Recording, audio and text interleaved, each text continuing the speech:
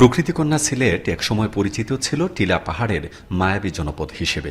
উঁচু নিচু সবুজ টিলা আর নয়নাভিরাম প্রকৃতির কারণে আলাদা পরিচিতি ছিল এই অঞ্চলের। তবে বছরের পর বছর অবৈধভাবে টিলা কেটে ফেলায় সেই সিলেট এখন হারাতে বসেছে তার চিরচেনা রূপ। নগরীর বালুচর এলাকার করিমুল্লা টিলার চিত্র যেন সেই বাস্তবতারই প্রতিচ্ছবি। বর্ষার শুরু থেকেই টিলা খেকোদের থাবায় ক্ষতবিক্ষত হচ্ছে টিলাভূমি, ফলে ঝুঁকির মুখে পড়ছে টিলার পাদদেশে থাকা মাদ্রাসা সহ শতাধিক পরিবারের বসতবাড়ি। আতঙ্কিত আছি যে রাস্তাঘাট চলাচল করতে পারেন না, রুগী একটা হসপিটালে যাইতে পারেন না। বৃষ্টি হইলেই আমরা একটা আতঙ্কে থাকি, রাতের বেলা হইলে আমাদের ঘুম হারাম হয়ে যায়। যদি ঘন্টাখানিক বৃষ্টি দেয় তেমন তো এই অবস্থাটা খারাপ হয়ে যাব। শুধু মাদ্রাসা কিংবা বসতবাড়িই নয়, টিলা খেকুদের হাত থেকে রক্ষা পাচ্ছে না শ্মশান কিংবা কবরস্থানও। নগরীর ৩৬ নম্বর ওয়ার্ডের একটি আদিবাসী সম্প্রদায়ের অভিযোগ, তাদের একমাত্র শ্মশানের মাটিও কেটে নিয়ে যাচ্ছে প্রভাবশালী চক্র।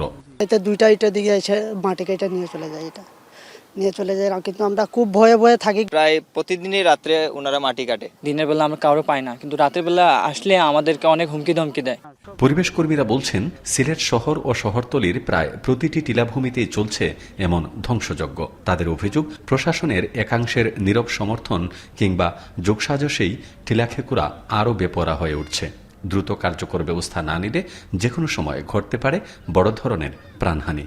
এর জন্য সম্পূর্ণ দায়ী আমাদের কিছু প্রভাবশালী মহল। রাতের আধারে কিন্তু পাহাড় বিভিন্ন তলদেশ কিন্তু ওরা মাটি কাটার কারণে কিন্তু পাহাড় কিন্তু দুর্বল হয়ে যায় এবং এটা দোষ নামে। প্রশাসন যদি সিরিয়াসলি বন্ধ করতে চাইতো তাহলে বন্ধ করতে পারতো। এবং আমরা যেটা দেখেছি যে এই যে দুষ্কৃতিকারীরা তারা বিভিন্ন সময় প্রভাবশালী মহলের, বিশেষ করে রাজনৈতিক মহলের আশ্রয় প্রশ্রয় নেওয়ার চেষ্টা করে। তবে প্রশাসনের দাবি, টিলা কাটার সঙ্গে জড়িতদের বিরুদ্ধে নিয়মিত অভিযান পরিচালনা করা হচ্ছে।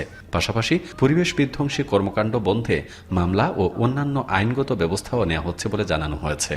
এই যে চক্র রয়েছে, এই চক্রগুলি আসলে এই স্থাপনাগুলোতে অবৈধভাবে কিছু কেনাবেচা করার চেষ্টা করেন এবং কিছু লোকজন সেখানে লোভে পড়ে এখানে এই জায়গাগুলো তারা ক্রয় করেন। এটা তো হতে না পারে, সেই জন্য আমাদের প্রশাসন যারা দায়িত্বে আছেন, একই সাথে স্থানীয় জনগণ এবং রাজনৈতিক নেতৃত্ব, তারাও এখানে সবাইকে নিয়েই আমরা এই কাজটা করছি। গত কয়েক দশকে টিলা খেকুদের ভয়াল থাবায় বিপন্ন হয়ে পড়েছে সিলেটের প্রাণ প্রকৃতি। বিশেষজ্ঞদের মতে পরিস্থিতি মোকাবেলার প্রয়োজন প্রশাসনের কঠোর ও দৃশ্যমান পদক্ষেপ।